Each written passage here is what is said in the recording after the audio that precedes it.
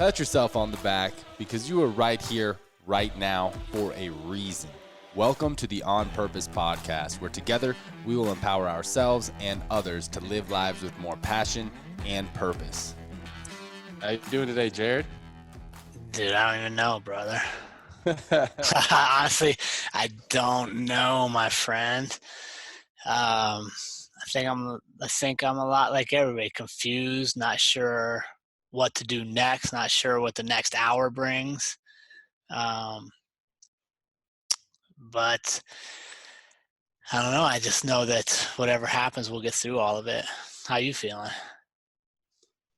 Yeah, similar. I think that this is a nationwide, worldwide setback, just like we spoke about a few weeks ago, that whether we like it or not, whether we're scared or not, fact of the matter is that major businesses, corporations, organizations, communities are shutting things down, asking people to, it's not quarantine. What is the Social distance. social distance, to socially distance themselves, and that it's an interesting time. It's an opportunity for us to see how we handle setback.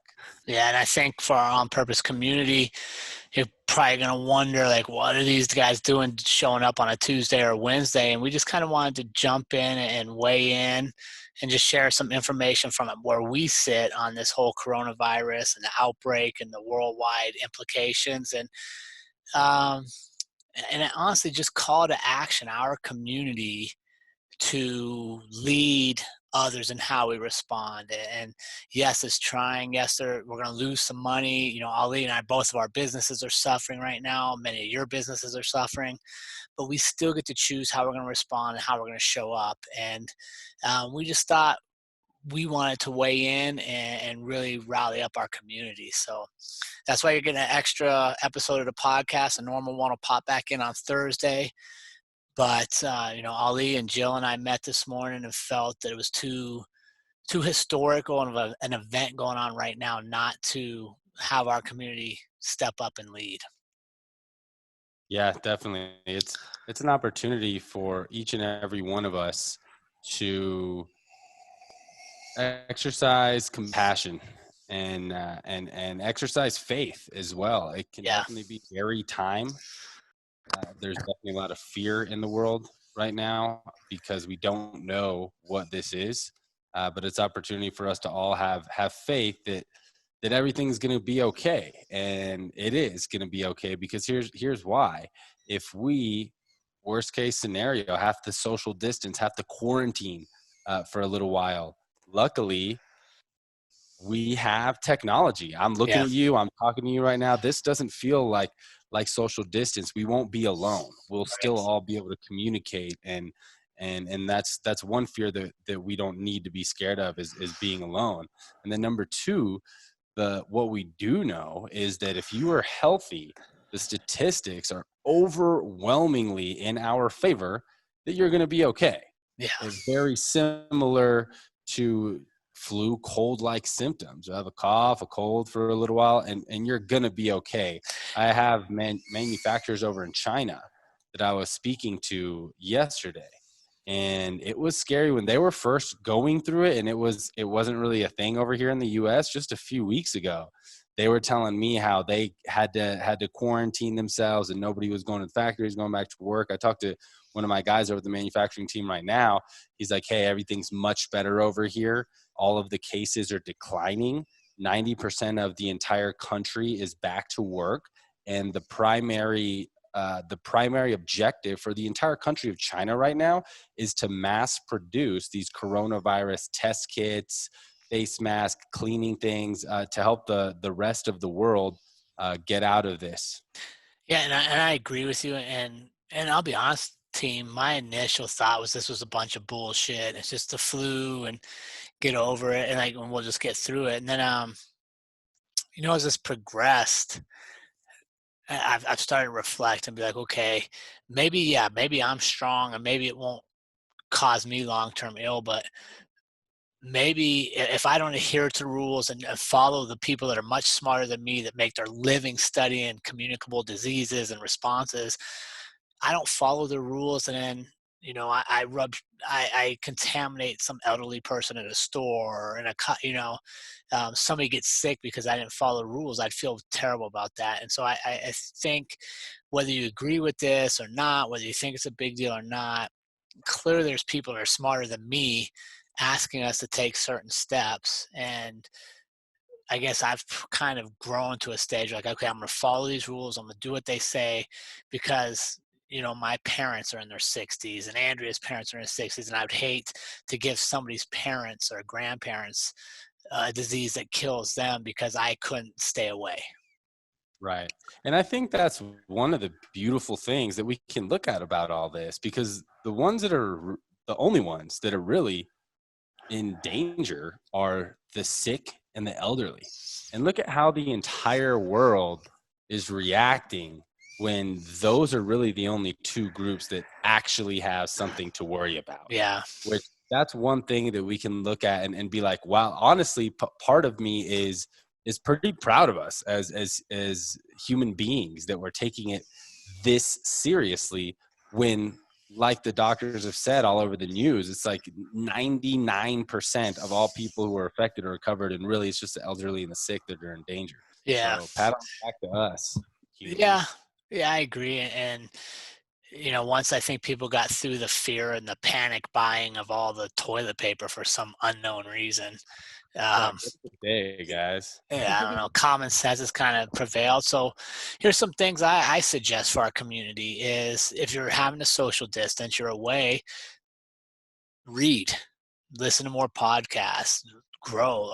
Trey and I were up in Montana because I was supposed to be teaching a class and then it got canceled last minute. But him and I hiked to the top of a local mountain and just got outdoors and fresh air. And there's nobody else around us, so we're fulfilling the requirements of social distancing, not being part of large crowds, but it doesn't mean we can't push our fitness and we can't get out and experience a lot of good joy. And I guess that's what I would encourage people to do is there's still a lot of good in the world, and there's still a lot of joy in the world, and there's still a lot of beauty in the world. And this is a moment in history where I think we can really, at least for me, I'm old enough to understand like this is historical. It's never happened before in my lifetime, and hopefully it never happens again. But I'm responsible for how I react. And not only that, I'm responsible for how people watch me react. And do I panic and fear and buy into all of that this stuff and look into the conspiracies and want to know who's responsible for this and that and show my kids that behavior? Do I want my kids to say, hey, it's beyond our control. I don't know what caused this. I'll probably never know.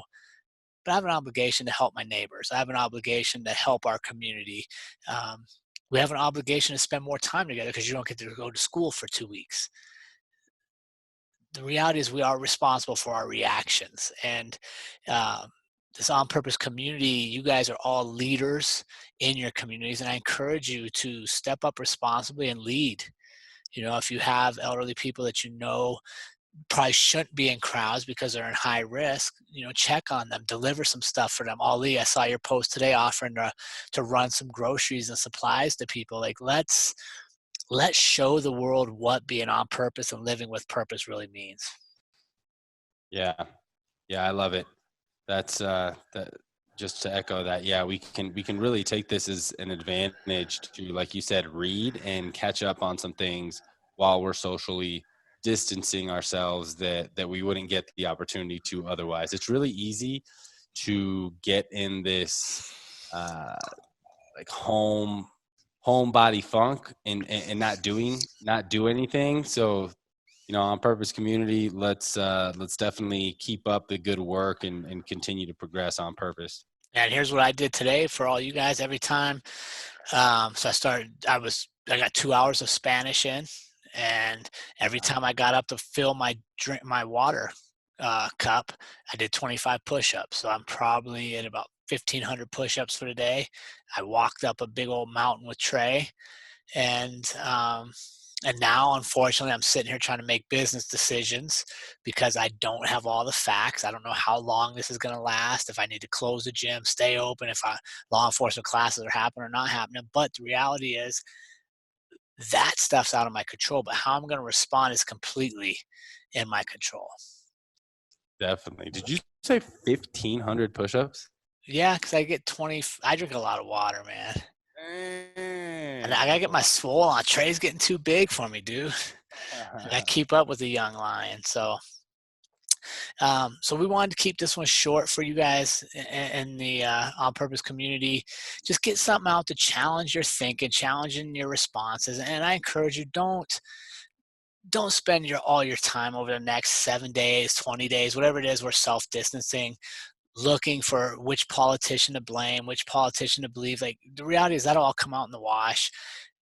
And it doesn't dismiss the fact that we now have an opportunity to really demonstrate for the world how we can respond and how we can come together in crisis instead of staying divided. And we get to model for our kids and their kids and all the people watching what this On Purpose community is really all about, and that is living with purpose. And quite honestly, trying times, challenging times are the best times for us to really show what we've been practicing.